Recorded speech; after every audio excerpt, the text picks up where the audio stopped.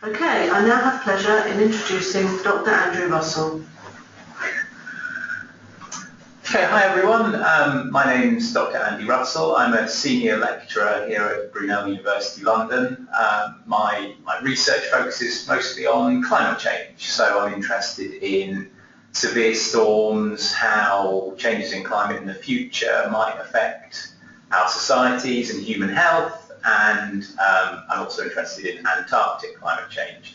And bits of that feed into the programme, as well as a lot of research and knowledge from my colleagues within the environmental sciences group here at Brunel.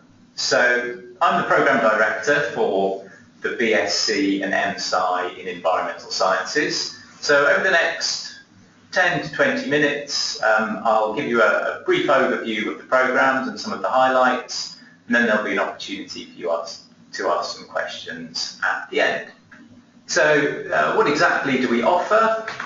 We have the BSc and MSci in environmental sciences, which are a 3- and 4-year programme respectively. And we also offer BSc and MSci in environmental sciences with professional experience. Now those can take anything from 3 to 5 years, and I'll talk more about that towards the end of the presentation. Doing a programme with professional experience is really valuable. We have statistics from a lot of our courses that students who've done a work placement are a lot more successful with finding relevant careers after the programme, and even have higher salaries when they graduate. So some background information, why should you choose environmental sciences at Brunel University London? So when we were developing this programme, we put employability right at the heart of how we structured it, and what we want to teach students and what we want students to learn. So we developed the programme around the skills that we know environmental sector employers need from their employees. So an organisation called the Natural Environment Research Council did a big survey of all the major environmental science employers and put together a list of the top skills that are needed. And that's how we structured our course. So we've built those skills in to the centre of the programme. And on top of that, you have the opportunity of a work placement, which I've just said significantly enhances students' employability opportunities.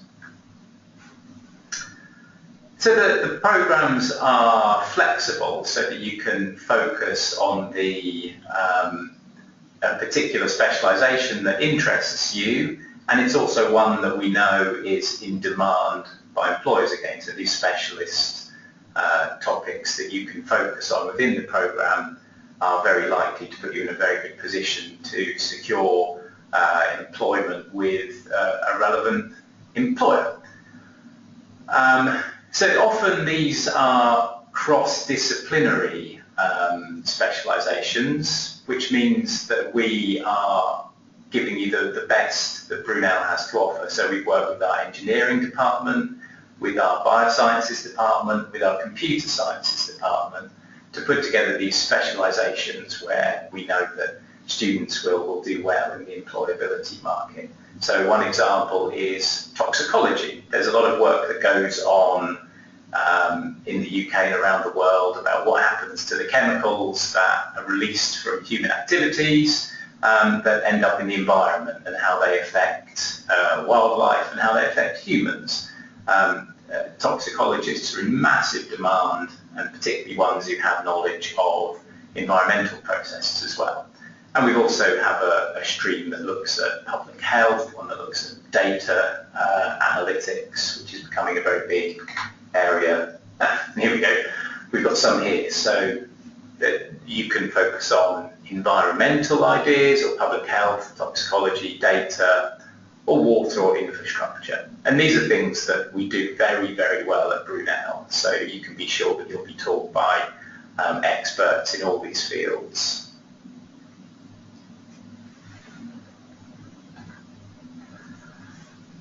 So the team of environmental scientists here at Brunel who put this program together are based around an award-winning research group.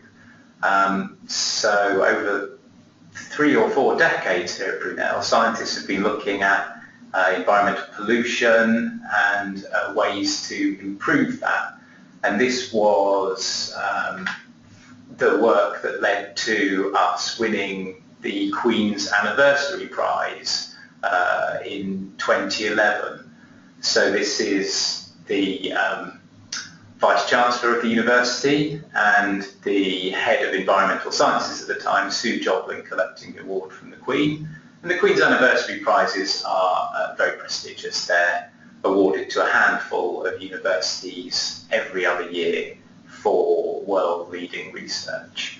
So the work that we do is well recognised as being world-leading, and beyond that, the research that we've done has led to changes in the way that industries and governments work. So again, coming back to the toxicology example, some of our work on the effects of chemicals when they get into UK waterways has affected legislation at the European level on who cleans this stuff up. So the work we do has changed the world, that it's changed the way that people do things, and we've tried to build that into the programme as well. So we want our students to become change makers. We want you to understand environmental sciences and think about how you can make a difference in the real world.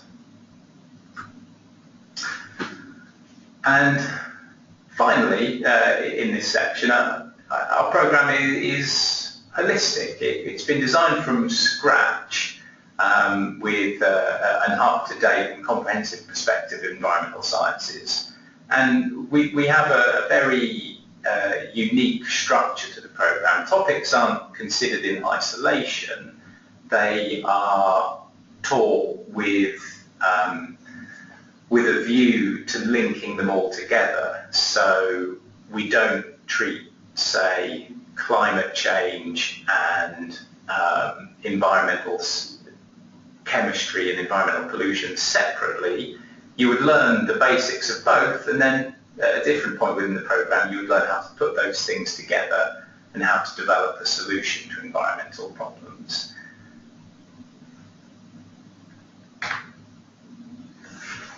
So the environmental sciences undergraduate programmes are new for 2017, but we have a very experienced teaching team. We've run master's programmes here at Brunel for over 3 decades now, and we have a lot of success with those students. So the picture at the top in the middle is Dr. Edwin Routledge, who is a reader in environmental chemistry, and he won the Brunel University Prize for Best Tutor last year. So students on our courses voted him as the best tutor in the whole of Brunel. Similarly, Mark Scrimshaw, who's in another one of these pictures, won a prize for the best module within Brunel a couple of years ago. So we've been teaching for a long time, and within Brunel we're often recognised for the quality of that teaching. Within the undergraduate programme, we get out into the field quite a lot, and we have experience of doing that with our master's programme. So again, there's a picture here from Black Park, which is quite near to Brunel, and we would go there for a day field trip during the undergraduate programme, but we also have residential field trips to Dorset and to Tenerife in the first and second years, and in your third year, if you wanted to do a more focused bit of field work, then we can work that out at the time. So where would you need to go, and how would that feed into an undergraduate project report? So I mentioned the holistic nature of the programme earlier on, and I think this is unique, the way we've structured it. So rather than looking at topics in isolation and looking at the same things each year or within each year of the programme, we've developed a kind of story to the degree, a narrative. So in year one, you look at the dynamics of natural environments, so understanding the biological, chemical, ecological, physical processes that drive Earth's environment. In year two, we then look at how those processes have been changed, and in particular how they've been changed by humans. So that's what this word Anthropocene means. This is a new geological epoch where we believe that humans have had a detectable influence on the world. So if you could imagine that you were an archaeologist looking at the Earth in 1 million years' time, you would be able to identify when humans were around from the changes in the geological record. You'd see a layer of metals and chicken bones and changes in the carbon within the records that you could dig up at that time. So that's what we would look at in year two. In year three, we would then start to think about solutions, so the sustainability issues. How would you develop policies and technological solutions to environmental problems? And within the MSci programme, there would be a fourth year where you would start to think more about how environmental scientists actually work, and putting that knowledge and the creativity involved in coming up with solutions into practice. So with the work placements, we've developed links with a lot of major employers. In fact, a lot of our graduates from our master's programs work at important environmental sector employers now, and we've discussed work placements within our undergraduate programs with them. There are two structures to our undergraduate work placement, and those are shown in this diagram here. So the standard BSc you would do in 3 years and have 2 terms of taught material within each year. With a standard thick sandwich model, you would take a whole extra 3rd year to do a work placement with an employer. We have developed this new compressed sandwich, particularly with the Environment Agency in mind.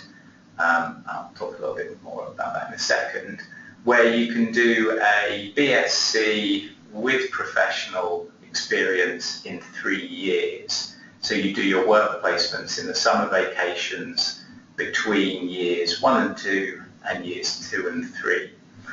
So the Environment Agency are a huge environmental sector employer. They employ around 11,000 people, but during the summer months they require quite a lot of temporary staff. So we've taken advantage of that and negotiated this system of getting our students to do their work placements during the summer periods when they need extra boots on the ground to do things like environmental monitoring. So that's an excellent opportunity. I think it would be quite an intense programme, so doing the degree and the work placements within 3 years, but I think it's an excellent opportunity for students to achieve that within 3 years, so you wouldn't have to do a 4th year at university to have the work experience part of the degree done. And a lot of these placements are paid as well, so you would be earning some money over the summer as well. Certainly when I was an undergraduate student, I finished my courses in the summer and then went and got a paid job anyway, so I said it was intense, but this is exactly what a lot of people do. And you'd be working in a relevant industry as well, so I can see a huge amount of value in that compressed sandwich model. Okay, so that was a very quick introduction to the programme. There's a lot more that I could talk to you about, say assessment or more details on the the structure of the course and the content of the different years. But if anyone has any questions now, I'd be more than happy to answer those. Thank you, Dr. Russell. Yes, if you just type your questions into the panel in front of you and click submit, we'll be able to answer your questions. You may need to open up your question bar at the right-hand side of your screen, and also please type your name so we can read it out when we read the question. Thank you. So maybe while we're waiting for the first question to come through, I could talk a little bit more about the structure of the degree. So, so this diagram shows you the compulsory modules in the top half that link to the three different years. So the first year is this dynamics of natural environments, where you would have these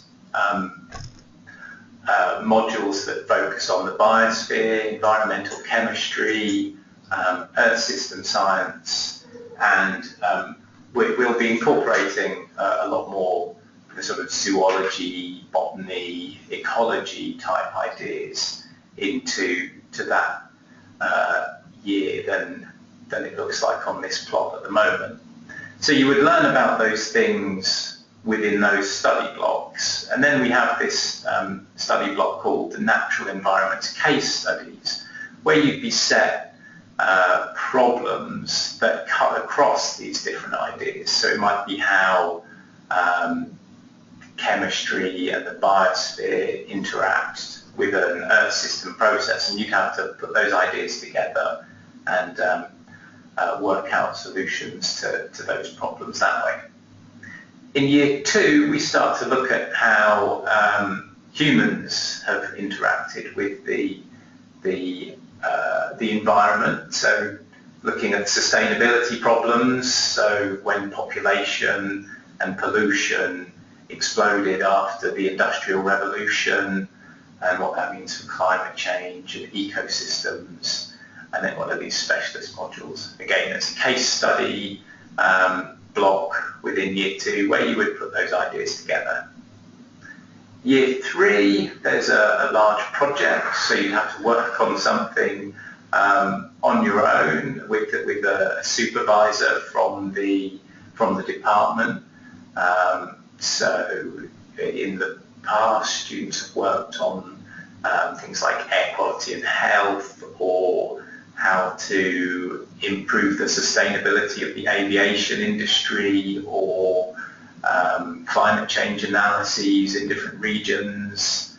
And there's a taught element to the third year as well that focuses on sustainable development, so being proactive with developing solutions to environmental problems, and environmental governance, which is often more of a reactive approach. So how do governments and industries respond when a problem has arisen? And again, there's some of these specialist modules as well. So if you were doing, say, the data analytics stream, in year 2, you'd be introduced to programming. So how do you start to write programs and use data to solve environmental issues, which is what I do a lot for my research. And then in the third year, you'd start to look at those things even more formally. So how do you write algorithms and programs and apply them to environmental problems, and how might you develop a software package to deal with some of those issues. Throughout the middle of this, what is this? This is like an infographic of this slide. There's this thing called the Leadership for Sustainability program. And in here we address employability skills directly. So you have workshops on things like writing a CV, writing covering letters, on leadership, on these transferable skills, as well as trying to encourage our students to apply what they have learned throughout the course. So if you'd developed an idea where a local business could decrease their impact on the environment in one of the modules, then why not go and find a local business that does that sort of thing and try and apply your idea? And we would recognise those efforts through, in a formal way towards the end of the programme by noting that on your transcript with the effort that you've got to apply the environmental knowledge and skills that you develop throughout the programme. Oh, we have a question from Joe. Joe would like to know more about the exams and assessment. Okay, so this comes back to what I was talking about with it being holistic and that we don't treat the different topics in isolation. So there isn't a huge amount of assessment within the programme. Each of the blocks that you can see on the image that's on the screen there would have a very small test associated with it, sometimes a multiple choice exam where you'd be asked a question and you choose an answer which would test your knowledge of the subject. And then we'd have some larger scale assessments where we'd want you to get more immersed in what you're doing. So in level 1 there would be a report and a video that you'd have to produce on a particular subject. So there's an idea in Earth system science called the Gaia hypothesis, where scientists believe that the Earth responds to stresses to self-regulate, to reduce the impact of those problems. So you might produce a video and a report about evidence for that hypothesis or something like that. So it would be there would be a smaller number of bigger assessments that we would hope that you would get really enthusiastic about, and we'd have a lot of formative assessments. So we would ask you to do things that we give you feedback on but don't actually count towards the grade of the degree, so that you can almost practice how you work towards assessments. And the idea of that is that you are learning a lot more, and we're not just testing you for the sake of it. We are trying to get you to develop the skills you need to be an environmental scientist in the process of doing your assessments. So it's not very exam heavy, and there are a lot of hopefully inspiring assessments for you to get your teeth into. Thank you. We have a question from Louise. What kind of careers could I go into with this course? Excellent question. So I've already mentioned the Environment Agency. Like I say, a massive environmental science sector employer. Around 11,000 people already work for them. And then there are all sorts of other career paths as well. So local government. Most local governments need people who work on climate change and sustainability and environmental monitoring and air quality and producing local legislation for businesses to abide by to reduce their environmental impact. Talking about businesses, any major business in the UK needs to consider their environmental impact. So the area I know most about, climate change, all businesses have to audit their carbon emissions and come up with strategies to reduce them. So any major business in the UK needs a lot of people working on climate change and sustainability issues.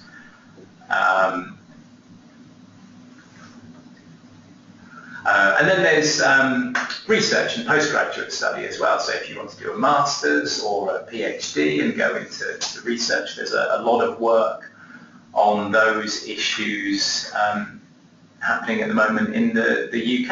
And Brunel is part of a prestigious doctoral training partnership alongside King's College London, University College London and other prestigious London universities, where we have PhD studentships to to give out every year. And maybe one more general point to make about this. Personally, the last few months have been quite disappointing, or the geopolitical situation is concerning. There's a lot of change at the moment with things like Brexit and Donald Trump being voted in. But this uncertainty, I mean, if there is one positive, it probably means that the environmental legislation that's going to have to be developed is there's going to be a lot of work there. So with the UK coming out of the European Union, we're going to have to work out all our own environmental legislation again that we used to get from the EU. So there's going to be a lot of work in that area. And if we don't address climate change as quickly as we may have done with someone who's more interested in climate change than Donald Trump in the White House, again, there's a lot of work there for environmental scientists to do. So this is a growth area. Whether that's a good thing is another matter. But yeah, these international geopolitical events mean that environmental sciences are just going to become more and more important into the future. Thank you. I have a question from Abdul. He's asking about the compressed placement, and is that only possible with the Environment Agency?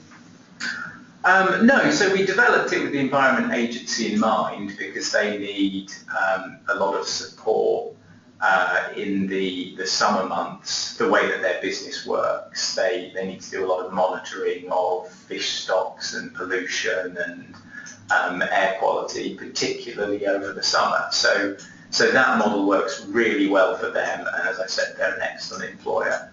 But students can develop their own placement in collaboration with our award-winning Placements and Careers Centre with any employer that is relevant to the degree. And that includes lots of companies. So construction always need environmental scientists to look at the environmental impact of what they're doing. All engineering companies have a lot of environmental scientists looking again at the impact of what they're doing and how these engineering projects interact with the environment. We have a question from Tom. Could you explain something about the Institution of Environmental Sciences? Yeah, thank you, Tom. I forgot about that. So the programme is accredited by the Institution of Environmental Sciences. So that means that when we were developing it and throughout the lifetime of the programme, experts nationally in the field of environmental sciences have looked at what we're delivering and said, yes, this is incredibly high quality. That's what it means for the university. For the students, it means that you will be a student member of the Institution of Environmental Sciences whilst you are a student, which means you can attend their meetings within London, which are always on interesting topics, and it means you'll learn extra things about relevant environmental science topics. And it also means you can meet employers who are working in the field, so you can get out there, talk to people who will be employing graduates. So there's a lot of value there from the Institution of Environmental Sciences. Thank you, Dr. Russell. There's a question from Mo about campus tours. I'll take that question.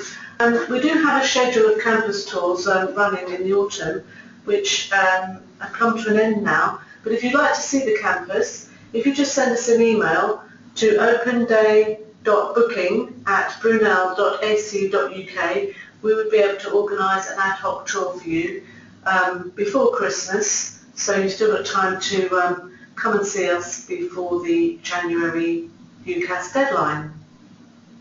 Thank you for attending the Environmental Sciences webinar. I hope you found it interesting and informative, and we hope we'll be seeing you at Brunel in September. That is now the end of our webinar.